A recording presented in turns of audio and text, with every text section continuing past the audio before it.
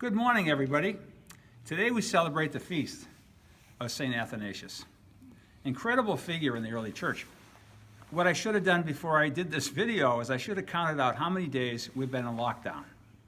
I mean, here we are in the beginning of May, and we're still locked down, no masses. Well, if we think we have problems, at least we can go to the grocery store and go to the liquor store, of course.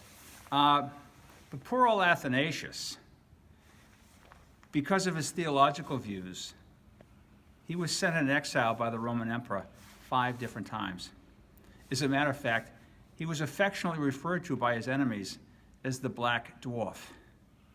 All right, that's because he was swarthy of complexion and he was short, but he was fiery. He wouldn't give in. He was the secretary to Bishop Alexander of Alexandria, Egypt, who was key in fighting the Arian heresy. As a matter of fact, Athanasius saw through the issues with the heresy of denying the divinity of Christ, realizing that it all depended on the Incarnation. And that was one of his great books that he wrote on the Incarnation. But what he said with that, if I can find it here, he said for him, salvation was the only issue. Only one who was fully human could atone for human sin. Only one who was fully divine could have the power to save us. And that's Jesus Christ. If we think we're struggling in terms of our being under house arrest or whatever you want to call it, the whole known world at that time was in an uproar.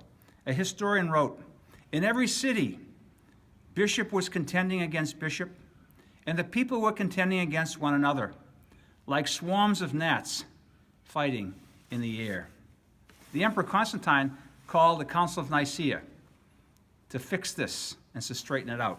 And there was peace. They came up with the Nicene Creed. But a few years after that, Athanasius' enemies got active again, and he was exiled to Trier up in Germany. It was a frontier town, and it was very harsh. He finally got back to Egypt, only to be exiled 4 more times. And the last one was a close call. The Roman soldiers were coming in the front door of his cathedral, and his parishioners blocked their entrance till he could escape out the back onto a boat and scoot down the Nile River.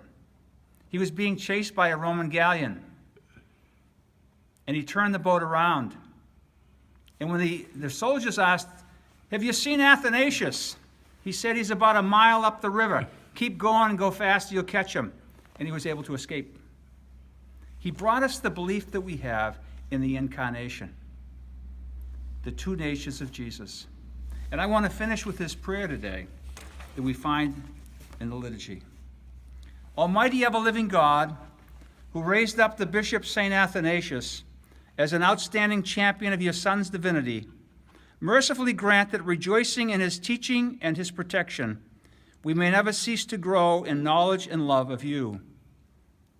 He was able to survive his exiles in all the issues in his life because of the faith that he had in Jesus Christ. As we're still in the Easter season, Christ is risen. He is truly risen.